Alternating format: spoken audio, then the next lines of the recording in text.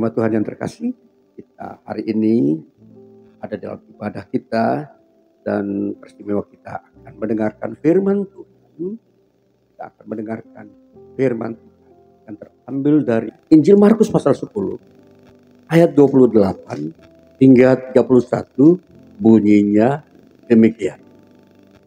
Upah mengikut Yesus. Berkatalah Petrus kepada Yesus, kami ini telah meninggalkan segala sesuatu dan mengikut Engkau. Jawab Yesus, aku berkata kepadamu, sesungguhnya setiap orang yang karena aku dan karena Injil meninggalkan rumahnya, saudaranya laki-laki atau saudaranya perempuan, ibunya atau bapaknya, anak-anaknya atau ladangnya. Orang itu sekarang pada masa ini juga akan menerima kembali 100 kali lipat. Rumah, saudara laki-laki, saudara perempuan, ibu, anak, dan ladang. Sekalipun disertai berbagai penganiayaan. Dan pada zaman yang akan datang, ia akan menerima hidup yang kekal. Tetapi banyak orang yang terdahulu akan menjadi yang terakhir. Dan yang terakhir akan menjadi yang terdahulu. Ya, demikian firman Tuhan bagi kita di hari ini. Saudaraku yang terkasih, di dalam kita memasuki bulan Mei, awal bulan Mei ini, kita sedang ada dalam masa waktu di mana Kristus Yesus bangkit dari antara orang mati. Dan hari ini tentunya kita ada dalam penguatan iman lagi setelah melihat dan mendengar pengajaran Kristus Yesus.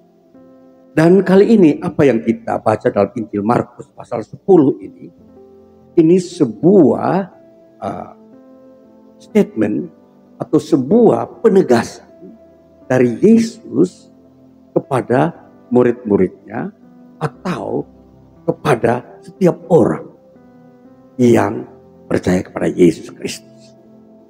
Baik, kalau kita melihat era di mana kita hidup sekarang ini, saudara-saudara, era yang kita hidup sekarang ini adalah era di mana manusia selalu menyoroti peranan Yesus terhadap manusia.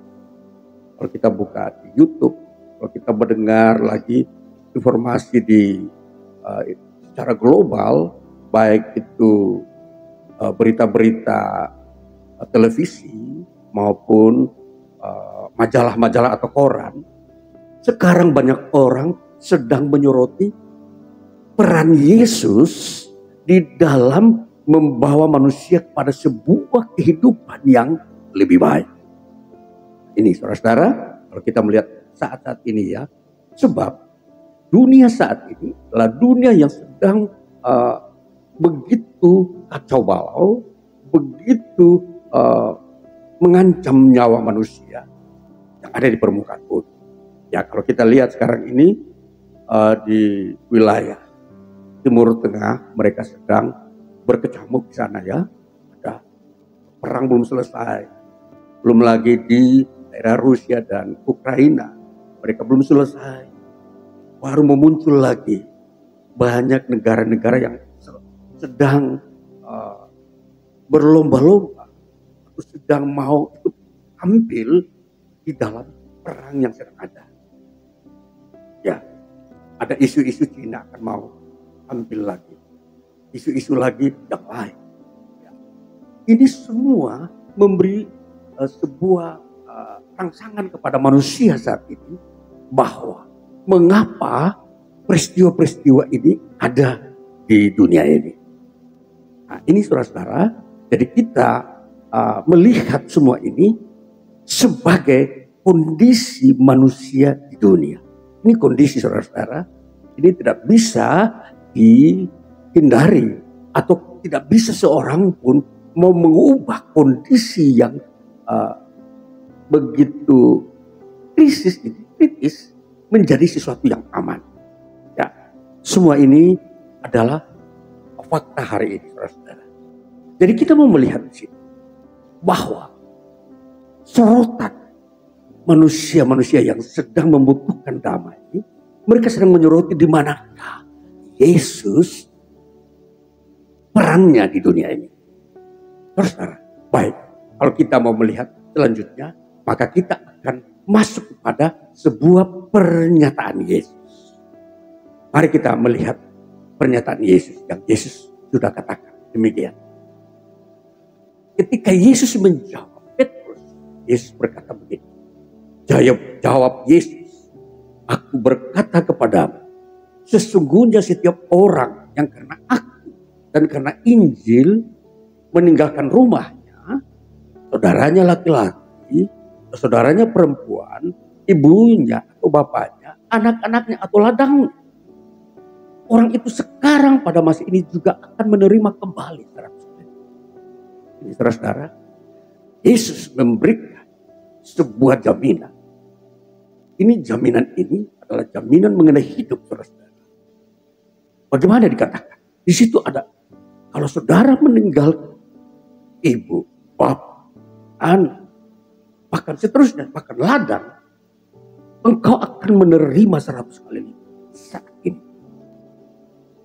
Saudara, Injil adalah sebuah perkataan Yesus menyangkut kehidupan. Maka kalau kita datang beribadah, kita mendengar Injil itu adalah berita terbaik yang Allah berikan kepada manusia dan yang kita perlu mendengarkan.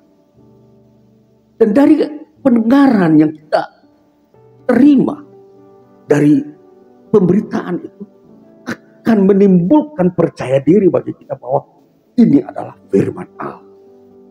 Nah ini saudara, jadi firman Allah itu adalah ucapannya Allah, bukan manusia. Maka kalau Yesus berkata, oleh karena namaku, oleh karena Injil, kamu meninggalkan saudaramu atau siapapun orang tua dan ladang, engkau saat ini menerimanya 100 kali lipat. Dikatakan terus. Jadi ini kalau kita melihat janji Yesus ini adalah menjadi pusat janji Allah. Saudara, kalau kita memperhatikan janji-janji Tuhan dalam Alkitab, Alkitab mencatat begitu banyak janji Allah. Teristimewa kalau kita melihat di dalam kitab Ulangan, di situ mencatat kitab Ulangan pasal 28. Jika kamu mengikuti firmanku, maka rotimu akan diberkati, kesehatanmu akan diberkati. Apapun yang engkau punyai di kota dan di desa diberkati. Itu adalah janji-janji orang yang beribadah pada Tuhan. Jadi janji inilah yang disebut berkat. Yesus memberikan janjinya juga. Jadi kalau kita membaca dalam kitab Ulangan pasal 28, di situ janji Tuhan kepada umat Israel tentang kesetiaan mereka beribadah pada Tuhan, maka itulah janji yang akan mereka terima. Ulangan pasal 28 ayat pertama dan seterusnya bunyinya demikian. Jika engkau baik-baik mendengarkan suara Tuhan Allah dan melakukan dengan setia segala perintahnya yang kusampaikan kepadamu pada hari ini, maka Tuhan Allahmu akan mengangkat engkau di atas segala bangsa di bumi. Ini berkat pertama. Tuhan akan mengangkat engkau atas segala bangsa. Yang kedua, dikatakan, diberkatilah engkau di kota, ayat ketiga. Dan diberkatilah engkau di ladang. Engkau berada posisi di mana? Di kota, di desa. Engkau diberkati. Diberkatilah buah kandungan sampai kepada anak cucu beranak. Diberkatilah hasil bumimu. Dan tentunya hasil bumi di sini ada tambang-tambang yang akan Tuhan bukakan. Dan kemudian selanjutnya dikatakan, hasil ternakmu yakni anak lembu sapimu dan kandungan kambing dombamu Diberkatilah bakulmu dan tempat adonan. Diberkatilah pada waktu masuk dan diberkatilah pada waktu keluar. Tuhan akan membiarkan musuhmu yang maju berperang melawan engkau terpukul kalah oleh. Itu adalah sebuah janji itu. Peranan Yesus di dalam menghadirkan janjinya kepada umatnya yang beribadah padanya. Saudara. Jadi kembali kalau kita melihat Injil Markus. Injil Markus lebih menegaskan bukan saja di bumi, tetapi sampai kepada hidup yang kekal. Itu adalah janji ganda, janji yang kedua. Injil Markus tadi kita lihat dikatakan pada ayat selanjutnya, dikatakan tadi ayat 30. Orang itu sekarang pada masa ini juga akan menerima kembali 100 kali lipat rumah, saudara laki-laki, saudara perempuan, ibu, anak, dan ladang. Sekalipun disertai berbagai penganiayaan, dan pada zaman yang akan datang, ia akan menerima hidup yang kekal. Maka ini Bapak Ibu sekalian, ini yang menjadi target terakhir, di mana itu yang menjadi keputusan setiap orang merindukan hidup yang kekal. Jadi, kalau kita di dunia ini, Tuhan sudah berkati kita. Anak itu sudah. Memberikan rumah itu sudah. Memberikan pekerjaan itu sudah. Memberikan kemampuan untuk kita memimpin sudah. Dan semua berkat-berkat itu kesehatan. Dan berkat-berkat yang disebut kedamaian. Itu adalah sudah kita terima. Dan sekarang Yesus menegaskan kembali tentang janji Allah pada waktu Allah memberitakan janjinya yang pertama lewat Musa. Sekarang Allah sendiri melengkapi janji itu melalui Tuhan Yesus Kristus. Bahwa engkau akan memperoleh hidup yang kekal. Saudara. Dan inilah keagungan di dalam Yesus Kristus. Yang tidak bisa disamakan dengan yang lain. Dan sekarang lagi kita mau melihat. Masih banyak orang lagi ingin mempertanyakan kebenaran dalam Yesus. Apakah Yesus sungguh-sungguh memberikan hidup kekal kepada manusia? Nah, ini pertanyaan banyak orang yang sekarang ini ada di dalam pikiran manusia. Tentunya kalau berdasarkan firman Kristus dalam Injil Markus khusus, Yesus berkata, aku akan memberikan hidup kekal kepada mereka yang percaya kepada aku.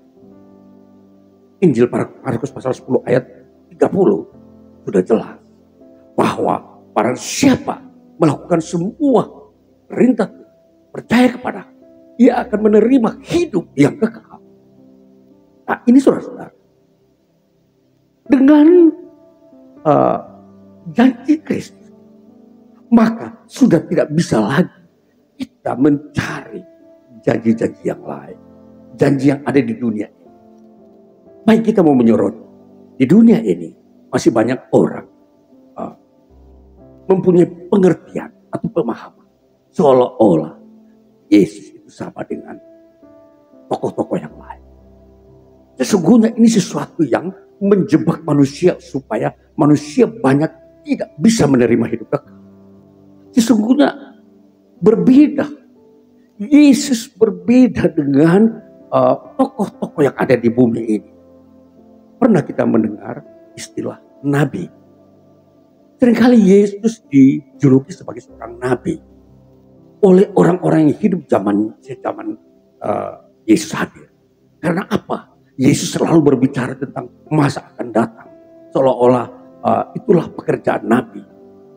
Yesus juga sedang berbicara tentang kebenaran-kebenaran moral supaya manusia itu bagaimana berbuat baik.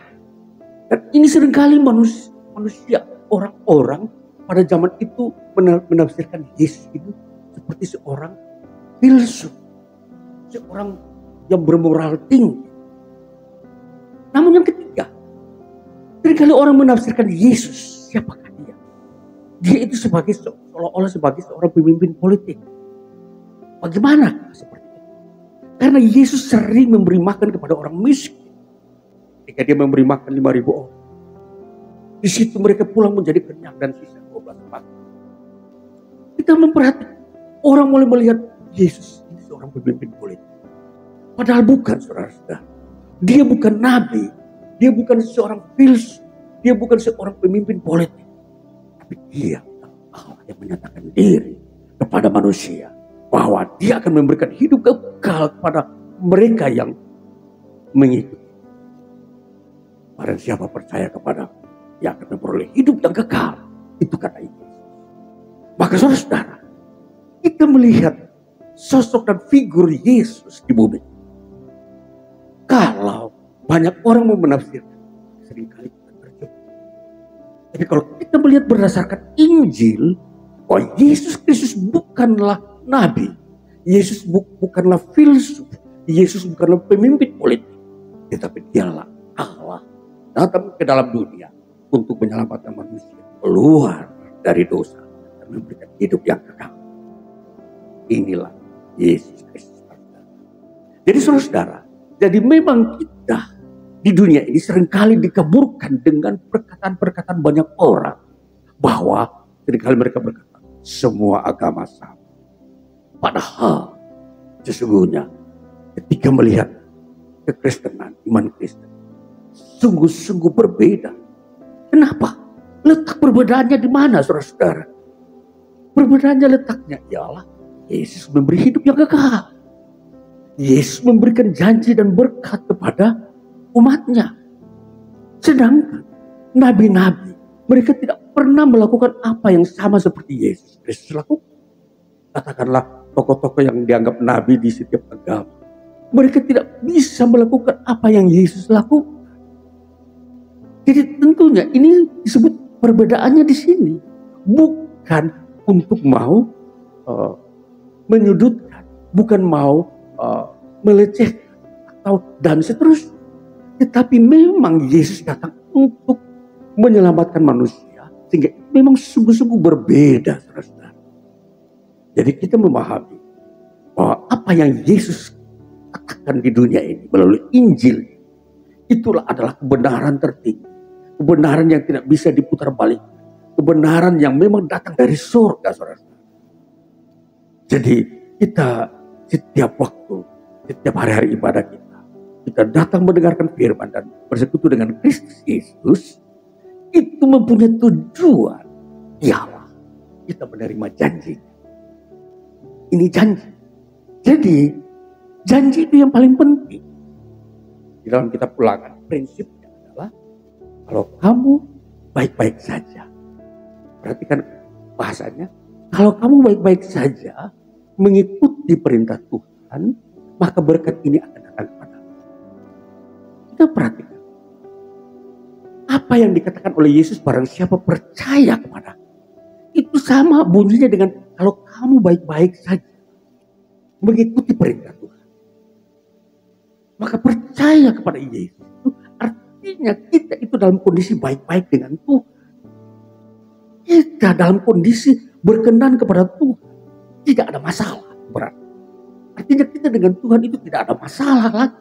Kalau kita sudah percaya kepada Yesus. Itulah bahasanya. Jadi dengan kata lain, kalau kita percaya Yesus, kita layak menerima janji Allah. Baik kesehatan, baik masa depan, baik keamanan, dan seterusnya. Apa yang kita kerjakan diberkati. Nah, inilah menyangkut janji Kristus. Maka tema firman Tuhan ini memang adalah janji Kristus Yesus.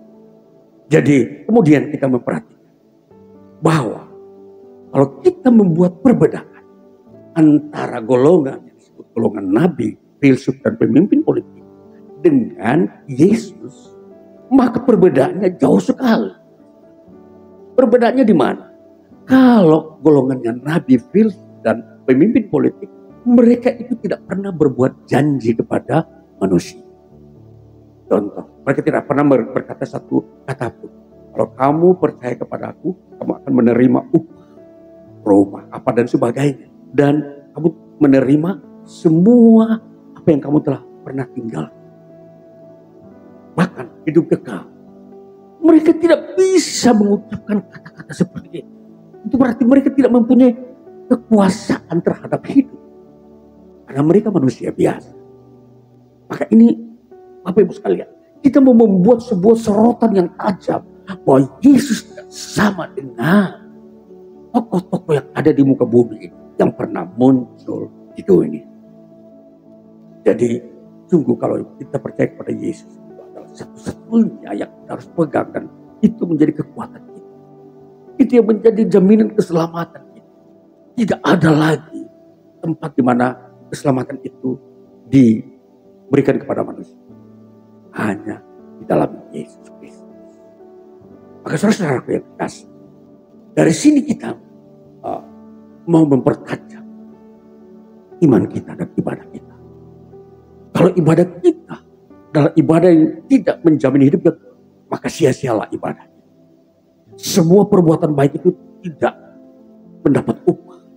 Semua persembahan yang kita berikan kepada Tuhan tidak mempunyai nilai apa-apa jikalau Yesus tidak mengembalikan atau memberikan berkatnya kepada orang yang percaya kepada Dia. Maka ini saudara, disinilah kita akan mau melihat kebenaran yang sejati. Ujian yang paling memberikan ketegasan kepada manusia adalah iman kepada Yesus. Semua orang di bumi ini, mereka katakan mereka punya iman kepada setiap agama yang mereka telah anut dan peluk. Mereka katakan kami punya iman. Tetapi saudara-saudara, kita mau lihat bahwa setiap iman itu sebenarnya mempunyai upah. Kalau iman itu mempunyai pusatnya atau sumbernya dari surga. Kalau tidak, maka iman itu kosong dan sia-sia. Ia beribadah entah berapa puluh tahun, tidak akan mempunyai dampak pada hidup yang kekal. Bahkan di dunia ini pun tidak dapat. Di dunia ini pun mereka ada dalam kondisi yang berbeda dengan apa yang Yesus katakan. Pekerjaanmu di kota diberkati. Pekerjaanmu di ladang diberkati. Kandunganmu diberkati. Kamu dalam keadaan damai. Kamu dalam diberikan kemenangan ketika ada di dalam kondisi peperangan. Ini jaminan, janji Tuhan. Maka apatah lagi hidup yang kekal. Itulah yang menjadi pegangan kita. Sehingga kalau muncul sebuah tokoh yang lain yang mau menawarkan hidup yang seolah-olah itu kelihatannya manis, katakanlah dia akan memberikan kekayaan, tapi tidak bisa memberikan hidup kekal, itu maka sia-sia. Maka di dunia ini selalu kita membandingkan dengan Yesus. Tidak ada yang melebihi. Maka berbahagialah kita saudara yang sudah percaya Yesus. Maka disitulah keagungan iman saudara. Saudara dan saya yang percaya kepada Yesus hari-hari ini. Kita telah memiliki kepastian hidup yang kekal. Itu janji Kristus. Nah, itulah sebabnya di dalam ayat Markus pasal 10 ini menjadi kunci pegangan janji Kristus kepada setiap orang yang percaya kepadanya. Maka hari-hari ini kita hidup ke depan, kita akan melihat bagaimana peranan Yesus di tengah umatnya untuk menghadapi kondisi kritis yang semakin mendekat. Krisis memang pasti ada, dan masih ada banyak krisis-krisis. Tapi yang paling ditakutkan manusia sekarang adalah peperangan. Perang yang ada sekarang ini. Nah, jadi saudara-saudara, kalau Yesus memberikan jaminan hidup yang kekal, tidak ada satupun yang akan hilang daripadamu, maka percayalah pada Dia. Apa yang Dia telah ucapkan, Dia akan lakukan. Maka hari-hari ini saudara-saudara, kalau kita membandingkan semua pikiran-pikiran perkataan manusia di dunia, maka hanya satu perkataan yang bisa digenapi adalah ucapan Yesus. Yesus sendiri yang menggenapi firman. Dia yang menggenapi. Karena dialah yang mengucapkan, maka dia yang menggenapi. Tidak seorang pun bisa menggenapkan apa yang Yesus ucapkan. Hanya Yesus yang bisa menggenapi. Sehingga kita adalah orang-orang percaya. Inilah yang disebut orang yang penggenapan janji Yesus. Itu disebut orang percaya. Maka Yesus berkata kepada orang-orang yang beriman kepada dia, kamulah orang-orang percaya. Apa itu? Orang yang menantikan penggenapan janji Kristus. Saya kasih contoh. Saya pergi ke luar kota. Saya janji kepada anak-anak saya, minggu depan saya kembali. Mereka percaya kepada omongan saya. Sesuai dengan janji saya akan kembali minggu depan. Mereka tunggu-tunggu pasti. Saya akan kembali. Karena saya berjanji. Saya menggenapi janji saya. Dan tepat waktu saya harus kembali. Itu janji saya. Mereka disebut, saya menyebut mereka orang percaya. Itu sebuah ilustrasi mengenai istilah orang percaya. Maka orang-orang Kristen itu disebut oleh Allah adalah orang-orang percaya. Ialah orang yang percaya janji Allah. Menyangkut apa? Hidup yang kekal. Menyangkut apa? Pemeliharaan Tuhan di bumi. Nah, jadi sekalipun di sana sini ada peperangan, ada krisis. Disinilah letak peranan Yesus memberikan jaminan hidup kepada orang-orang percaya. Maka tentunya sebenarnya kita tidak perlu takut. Karena kita melihat Tuhan akan menyatakan dirinya kepada umatnya bahwa dia akan melindungi dan menyelamatkan setiap orang percaya kepada dia. Nah ini saudara-saudara. Jadi ini kita mau melihat akan janji Kristus. Baik kita mau melihat sisi yang lain. Bahwa di dunia ini masih ada informasi atau ajaran yang menyerupai Yesus Kristus. Seolah-olah itu bisa dipegang oleh orang-orang Kristen. Mari kita melihat dulu dalam kitab Galatia. Kitab Galatia pasal yang pertama. Di sini kita akan melihat bagaimana kehadiran sebuah ajaran yang mau meniru ajaran Yesus. Kita lihat dulu kitab Galatia pasal 1 ayat yang ke-6 sampai ayat yang ke-7. Bunyinya demikian. Hanya satu Injil. Aku heran bahwa kamu begitu lekas berbalik daripada Dia yang oleh kasih karunia Kristus telah memanggil kamu dan mengikuti suatu Injil lain yang sebenarnya bukan Injil. Hanya ada orang yang mengacaukan kamu dan yang bermaksud untuk memutarbalikkan Injil Kristus. Nah ini saudara, apa itu? Apakah itu Injil lain? Injil lain ini sebenarnya sebuah ajaran yang berisikan kebaikan. Baik itu menyangkut perbuatan baik, baik itu menyangkut iman. Dan di sini ternyata Injil lain ini adalah sebuah ilmu pengetahuan yang disebut gnosis.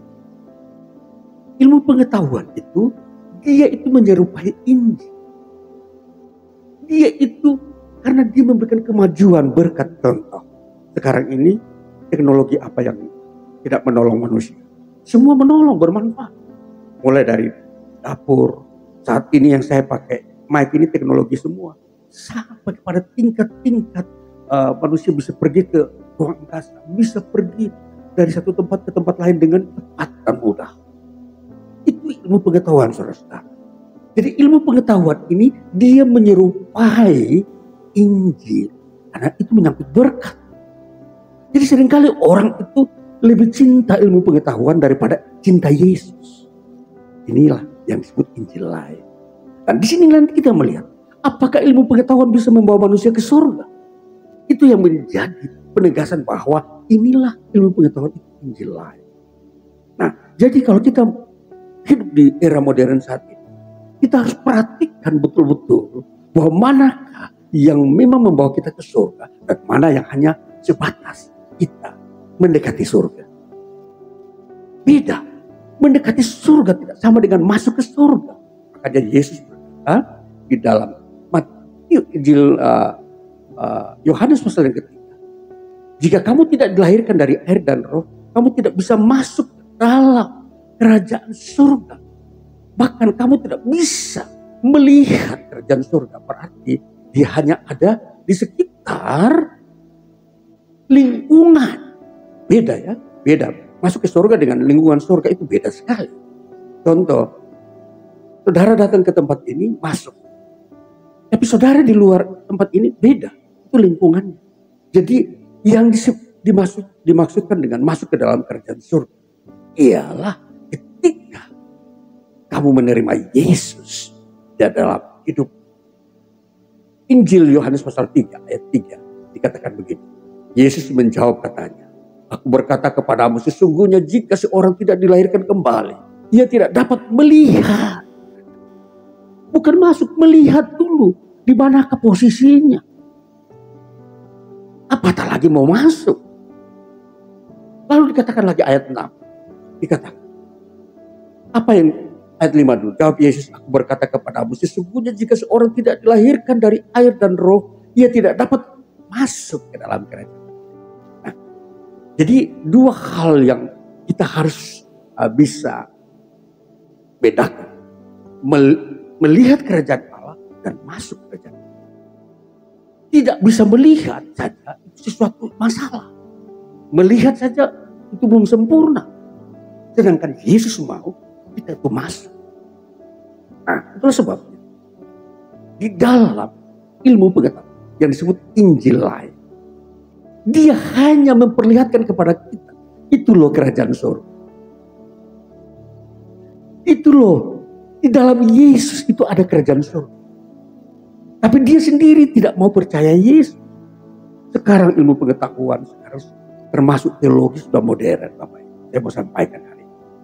Banyak orang mempelajari Alkitab, tapi mereka sendiri tidak percaya kepada Alkitab. Banyak orang membaca Alkitab, tapi mereka sendiri tidak mau melakukan ajaran Kristus. Beda.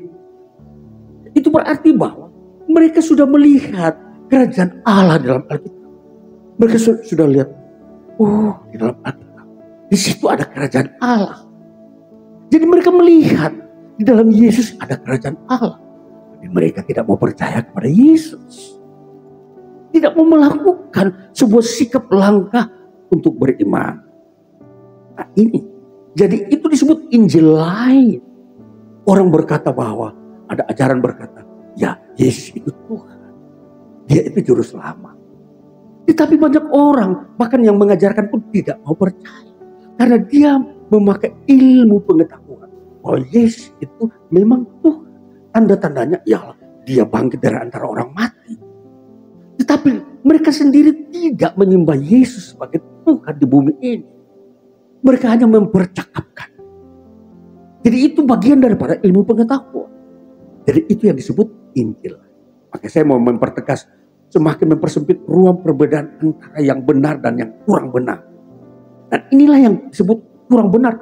Tidak salah, tapi ini kurang benar. Karena hanya mempercakapkan.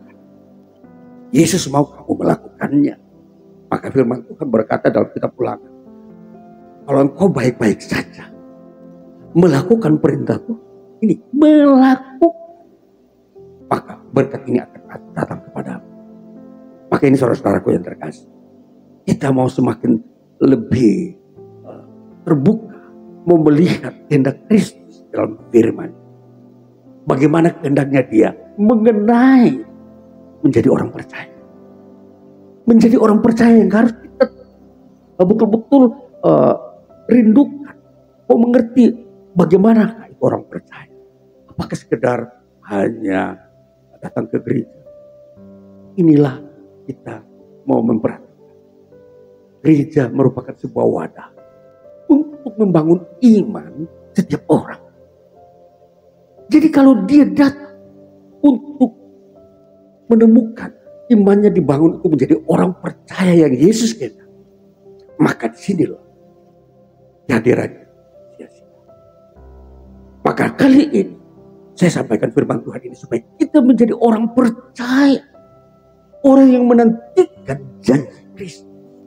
Dia janji, silakan berikan apa yang kau janji. Rumah, saudara, laki-laki, perempuan, ibu, dan ladang. Berikan Tuhan. Itu janjimu. Bukan kata-kata biasa. Bahkan Yesus berkata, engkau akan memperoleh hidup yang kekal. Ini saudara-saudara yang terkasih.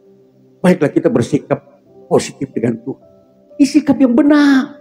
Kalau kita berkata kepada Tuhan, Tuhan genapilah janjimu. Dia berkata, iya, bukan pembohong. Aku akan menggenapi janjiku kepada setiap orang yang mendengarkan firman, yang taat kepada firman.